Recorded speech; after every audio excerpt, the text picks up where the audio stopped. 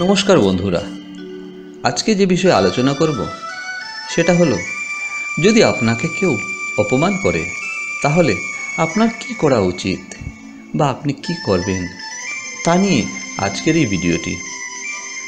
যদি এই ভিডিওটি আপনাদের ভালো লাগে থাকে তাহলে অবশ্যই লাইক করবেন, শেয়ার করবেন এবং সাবস্ক্রাইব করবেন আর কমেন্টও করবেন। তাহলে চলুন বন্ধুরা, আজকের এই ভিডিওটি শুরু করা যাক। মানুষ কখনো একা বসবাস করতে পারে না, মানুষের সমাজে বসবাস করতে হয়। যদি সমাজে বসবাস করতে হয় তাহলে অবশ্যই বিভিন্ন মানুষের সাহায্যেরও প্রয়োজন হয়। আমাদের সমাজের বিভিন্ন শ্রেণীর মানুষ বসবাস করে। প্রতিদিন সব মানুষের সাথে আমাদের ওঠা বসাও হয়। মানুষের চারিত্রিক বৈশিষ্ট্য বিভিন্ন ধরনের হয়ে থাকে।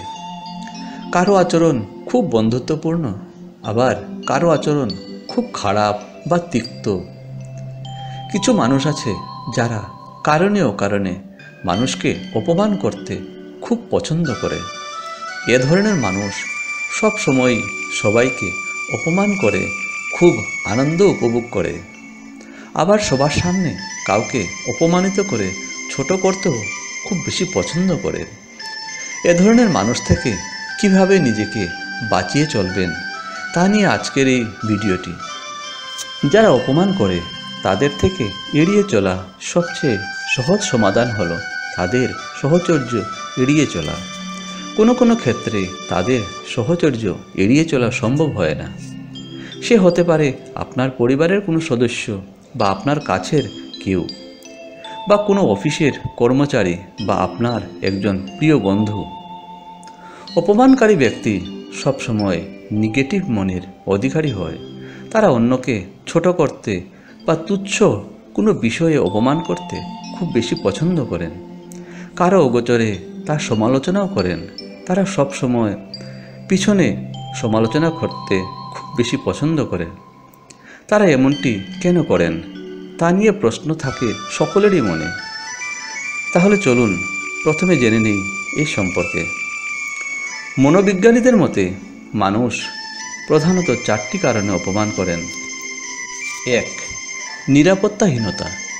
যারা কথায় কথায় মানুষকে অপমান করেন তাদের প্রথম কারণ হলো নিরাপত্তাহীনতা। তারা নিজেদের সম্পর্কে খুব ভালো ধারণা পোষণ করতে পারেন না। অন্যের কাছে নিজেকে ভালো প্রমাণের উদ্দেশ্যে সকলের সামনে কাউকে অপমান বা ছোট করতে তারা খুব বেশি পছন্দ করেন। 2. হিংসা। হিংসা মানুষকে পশুত্বে পরিণত করে। যারা কথায় কথায় অপমান করেন তাদের মনে অন্যকে নিয়ে প্রচুর হিংসা থাকে, কারণ তারা মানুষের ভালো পছন্দ করেন না। মূলত এই কারণেই হিংসার বশবর্তী হয়ে মানুষকে অপমান করেন তারা। অন্যের উন্নতি বা সফলতা এমনকি ব্যক্তি কখনোই সহ্য করতে পারেন না। তারা মানুষের উন্নতি পছন্দ করেন না, তাই তারা মানুষের সামনে আপনাকে অপমান করে নিচু করার চেষ্টা করবে। 3. সংযতার অভাব। একজন অপমানকারী ব্যক্তির সংযতার অভাব থাকে। সে অন্যকে কিভাবে অপমান করবে তা নিয়ে সে সব সময় চিন্তা ভাবনা করতে থাকেন।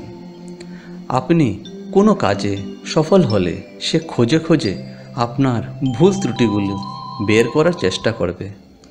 আপনাকে সকলের সামনে লাঞ্ছিত ও অপমানিত করার চেষ্টা করবে।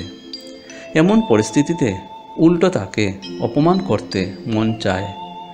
বুদ্ধিমানের কাজ হলো এ পরিস্থিতিতে নিজেকে শান্ত রাখা, কোনো প্রত্যুত্তর না করা। কখনো কখনো অপমানকারী ব্যক্তি অনিচ্ছাকৃত এমন কিছু মন্তব্য করেন যা আপনার মনে কষ্ট দেয়। এমন পরিস্থিতিতে নিজেকে সবসময় শান্ত রাখার চেষ্টা করবেন। কোনো ধরনের মন্তব্য বা রাগান্বিত না হওয়াটাই সবচেয়ে বুদ্ধিমানের কাজ।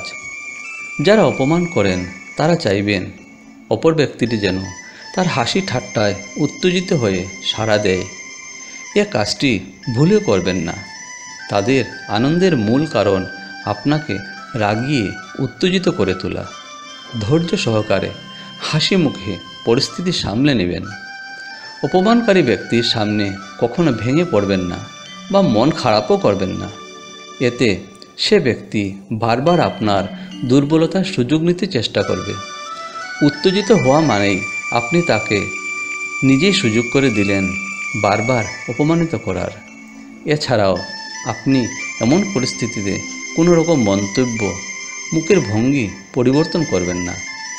এতে সে অপমান করে মজা না পেয়ে পরবর্তীতে অপমান করতে আসবে না, কারণ কোনো রকম প্রতিউত্তর না পেলে সে অপমান করে একটা সময় নিজে থেকেই চুপ হয়ে যাবে।